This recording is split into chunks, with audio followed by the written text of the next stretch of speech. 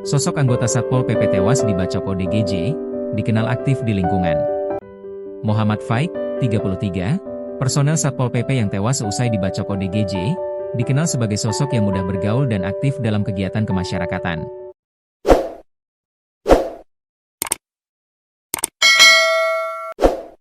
Hal ini diungkapkan oleh Ketua RW setempat, Budiarto pada Senin, 2 Februari 2026, malam.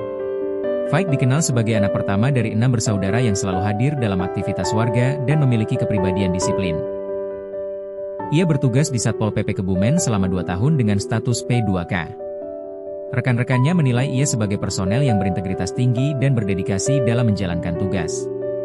Namun, sosok yang dikenal baik itu harus meregang nyawa saat menjalankan misi evakuasi terhadap seorang orang dengan gangguan jiwa, ODGJ, di Desa Krakal, Kecamatan Alian, Kabupaten Kebumen. Sebagai informasi, peristiwa tragis terjadi pada Senin siang sekitar pukul 13 waktu Indonesia Barat. Faik bersama tim gabungan Satpol PP, pemerintah desa, dan aparat TNI Polri mendatangi lokasi setelah menerima laporan warga mengenai ODGJ yang meresahkan. Saat hendak diamankan, ODGJ tersebut melakukan perlawanan dengan sabit. Kepala Bidang Penegakan Perda dan Perkada Satpol PP Kebumen, Juniadi Prasetyo, menjelaskan bahwa Faik sempat menangkis serangan, namun sabetan mengenai leher kiri hingga menyebabkan pendarahan hebat. Korban segera dibawa ke rumah sakit, tetapi nyawanya tidak tertolong. Kemudian pada Senin malam, lantunan doa dan tahlil menggema di Masjid Raudlatul Muttaqin, Jalan Pemuda, Kebumen, yang berlokasi dekat rumah duka. Warga bersama rekan-rekan Satpol PP hadir memberikan penghormatan terakhir. Jenazah rencananya dimakamkan pada Selasa 3 Februari dengan prosesi upacara pemberangkatan dari Satpol PP. Pergi saat menolong, anggota Satpol PP meninggal dalam proses evakuasi ODGJ. Kabar duka datang dari instansi Satuan Polisi Pamong Praja, Satpol PP.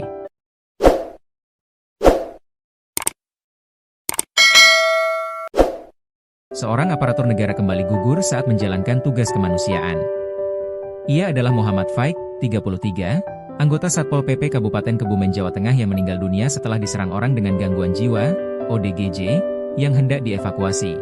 Senin, 2 Februari 2026. Peristiwa tragis tersebut terjadi di Desa Krakal, Kecamatan Alian, Kabupaten Kebumen. Siang itu, Faik dan tim datang untuk merespons laporan warga tentang adanya ODGJ yang meresahkan lingkungan sekitar. Namun, misi kemanusiaan tersebut justru berujung petaka. Faik yang saat itu hendak mengevakuasi ODGJ laki-laki, terkena luka sabetan senjata tajam. ODGJ yang dievakuasi tersebut melakukan perlawanan saat hendak dibawa ke puskesmas setempat. Di sana membawa senjata tajam, berbentuk sabit. Digunakan untuk melawan dan memburu korban personel kami, ujar Kabid Penegakan Peraturan Daerah dan Peraturan Kepala Daerah, Perda dan Perkada, Satpol PP Kebumen, Juniadi Prasetyo. Korban pun menangkis sejumlah sabetan, namun nahas, salah satu sabetannya mengenai leher Faik. Sehingga terjadi perlawanan dari anggota kami. Sifatnya menangkis ya. Bahkan memang ada luka-luka di tangan kiri sobek beberapa cm karena memang menghindar dan menangkis. Namun sabetan yang beberapa kali itu mengenai sekitar leher kiri, ujarnya. Korban yang alami pendarahan pun langsung dibawa ke rumah sakit, namun nyawanya tak tertolong. Polisi lakukan penyelidikan.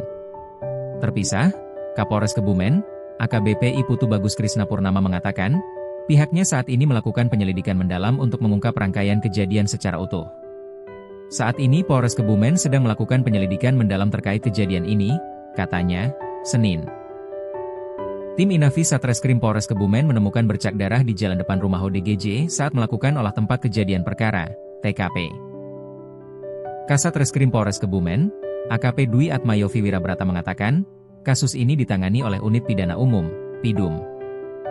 Penyelidikan masih berjalan untuk mendalami unsur peristiwa, termasuk rangkaian tindakan saat evakuasi serta penanganan terhadap terduga pelaku, jelas AKP Yofi. Kronologi kejadian. Kepala Satpol PP Kebumen, Ira Puspitasari menceritakan, kejadian bermula ketika pihaknya menerima laporan masyarakat bahwa ada ODGJ yang dinilai membahayakan lingkungan sekitar. Tim pun diterjunkan dengan didampingi tim terpadu seperti TNI Polri, Puskesmas Alian, dan pihak rumah sakit. Saat tiba di lokasi, ODGJ tersebut berada di dalam rumah dengan kondisi pintu terkunci dari dalam.